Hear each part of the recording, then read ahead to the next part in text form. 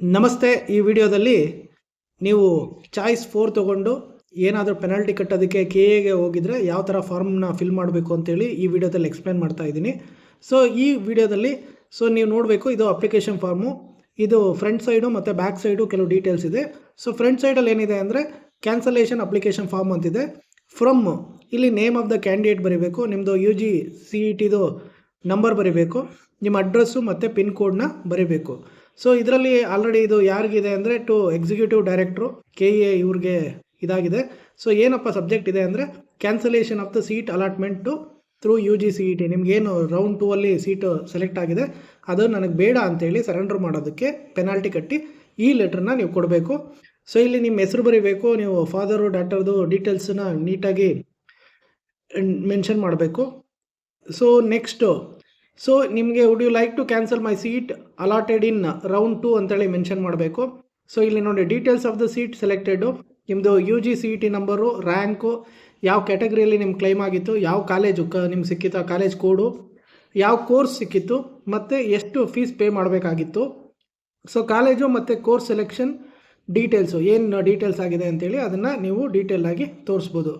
So ನಾನು ಯಾಕೆ ಕಾಲೇಜ್ಗೆ ಸೀಟ್ನ ಸರೆಂಡರ್ ಮಾಡ್ತಾ ಇದ್ದೀನಿ ಅಂತ ಇದ್ರ ಡೀಟೇಲ್ಸ್ನು ಇಲ್ಲಿ ನೀವು ಮೆನ್ಷನ್ ಮಾಡ್ಬೋದು. ಸೊ ಇದು ನಿಮಗೆ ಬೇಕಾಗಿರೋ ಫ್ರಂಟ್ ಸೈಡ್ ಡೀಟೇಲ್ಸು.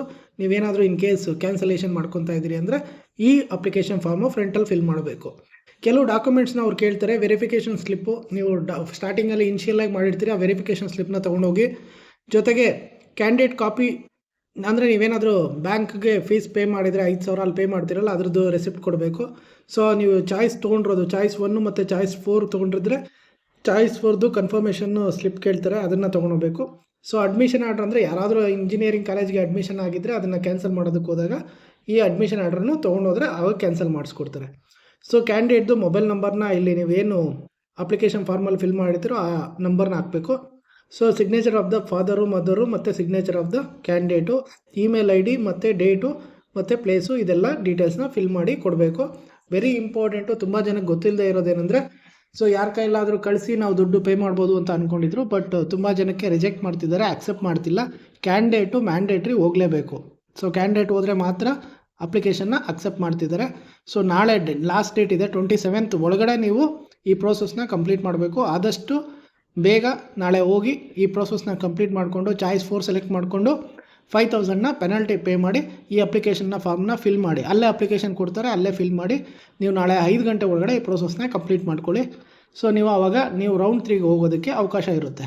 ಇಲ್ಲ ಅಂದರೆ ನೀವು ರೌಂಡ್ 3ಗೆ ಹೋಗೋದಕ್ಕೆ ಅವಕಾಶ ಇರೋದಿಲ್ಲ. ಆದಷ್ಟು ಬೇಗ KA ಮಲ್ಲೇಶ್ವರಂ 18th ಕ್ಲಾಸಲ್ಲಿ ಲೊಕೇಟ್ ಆಗಿದೆ. ಆರಾಮಾಗಿ ನಿಮಗೆ ತುಂಬ ಬಸ್ಸಸ್ ಇದೆ, ಟೆನ್ಷನ್ ತೊಗೊಳ್ಳೋ ಅವಶ್ಯಕತೆ ಇಲ್ಲ. ಆರಾಮಾಗಿ ಹೋದರೆ ನಿಮಗೆ ಖಂಡಿತ ಸಿಗುತ್ತೆ. ಈ ಕೆಲಸನ ಮಾಡಿ ಆರಾಮಾಗಿ ನೀವು ರೌಂಡ್ 2-3ಗೆ ಹೋಗೋದಕ್ಕೆ ಮುಂಚೆ ಈ ಪ್ರೋಸೆಸ್ನ ಕಂಪ್ಲೀಟ್ ಮಾಡಿದ್ರೆ ಎಲಿಜಿಬಲ್ ಇರ್ತೀರಿ. ಆಗ ನಿಮಗೆ ಆಪ್ಷನ್ ಎಂಟ್ರಿ ಮಾಡೋದಕ್ಕೆ ಅವಕಾಶ ಇರುತ್ತೆ. ಸೊ ಖಂಡಿತ ಭಯ ಪಡಬೇಡಿ, ನಮಗೆ ಇಂಜಿನಿಯರಿಂಗ್ ಸೀಟ್ ಸಿಗುತ್ತೋ ಸಿಗೋದಿಲ್ಲ ಅಂತ. ಖಂಡಿತ ರೌಂಡ್ 3ಯಲ್ಲಿ ಸೀಟ್ಸು ತುಂಬ ಇರುತ್ತೆ, ವೇಕೆಂಟ್ ಆಗಿರುತ್ತೆ. ಎಲ್ಲ ಸೀಟ್ಸು ಖಂಡಿತ ಸಿಗುತ್ತೆ. ಎಲ್ಲರಿಗೂ ಒಳ್ಳೆಯದಾಗಲಿ. All the best.